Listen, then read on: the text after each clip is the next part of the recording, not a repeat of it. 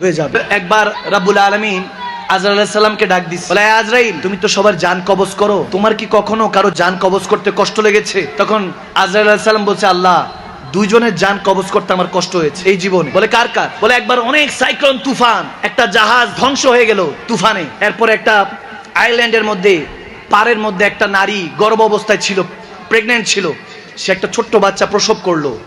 যখন newborn baby দেখলাম, ছোট্ট বাচ্চা, তখন ওই তুমি পাঠিয়েছো ওই মাটার, ওই যে বাচ্চাকে জন্ম দিয়েছো, ওই মাটার রুটা কবজ করতে আমার বড় মায়া লেগেছে। এই সমুদ্রের পাড়ে এই মরুভূমিতে একটা ছোট্ট বাচ্চা ছেলে, এই বাচ্চাটার কি হবে তার কথা ভেবে আমার ওই মহিলার জান কবজ করতে কষ্ট হয়েছে। সুবহানাল্লাহ বলবেন না? বলে তারপর হলো সাদ্দাদ, যে 200 বছর লাগিয়ে দুনিয়াতে একটা বেহেশত বানিয়েছিল, কত হীরা জহরত, কত কিছু, সবচেয়ে সুন্দর নারী পুরুষ ওই জায়গায় এনেছিল, হুর গেলমান বানিয়েছিল। এমন কোন হীরা যত্ন জহরাত নেই, হীরা নেই, স্বর্ণ গয়না নেই, এমন কোন সুন্দর ফুল ফল নেই যেই ওই বেহেশতে সে লাগায় নাই।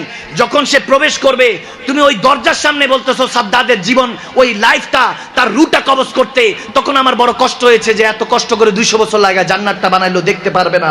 তখন রাব্বুল আলামিন ডাক দিয়ে বলে, ওই যে সেই ছোট্ট বাচ্চাটার জান, যখন তার মার জানটা কবজ করতে ওই বাচ্চাটার উপর দয়া হয়েছিল, ওই ছোট্ট বাচ্চাটাই সাদ্দাদ। সুবহানাল্লাহ কয় না?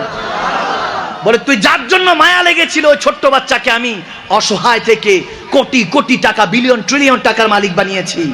সে দুনিয়াতে জান্নাত বানিয়ে আমি আল্লাহর সাথে শিরক করেছে, কুফরি করেছে, নিজেকে খোদা দাবি করেছে, শক্তি দিয়েছি, আমার সাথে অহংকার করেছে, এই জন্য তাকে ধূলিসাৎ করেছি। ঠিক না? তো হিকমতের মালিক কে? আওয়াজ দেন কে? এই দুনিয়াতে আমাদেরকে পাঠিয়েছেন কে? এই দুনিয়াতে আমাদের মায়ের মাধ্যমে এই দুনিয়ার আলো দেখিয়েছেন কে? আমরা রব্বে জুল জালালি ওয়াল ইকরামের ডাকে আবার এই দুনিয়া ছেড়ে কবরে যাব, কার হুকুমে যাব? কার হুকুমে? এই কবর থেকে তারপরে হাসর উঠবো, কার হুকুমে?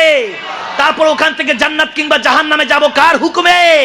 আমাকে আওয়াজ দিয়ে ডান হাত তুলে বলুন, এই জমিনে ক্ষমতা চলে কার? সে রব্বুল আলামিনের কথার উপর কারো কথা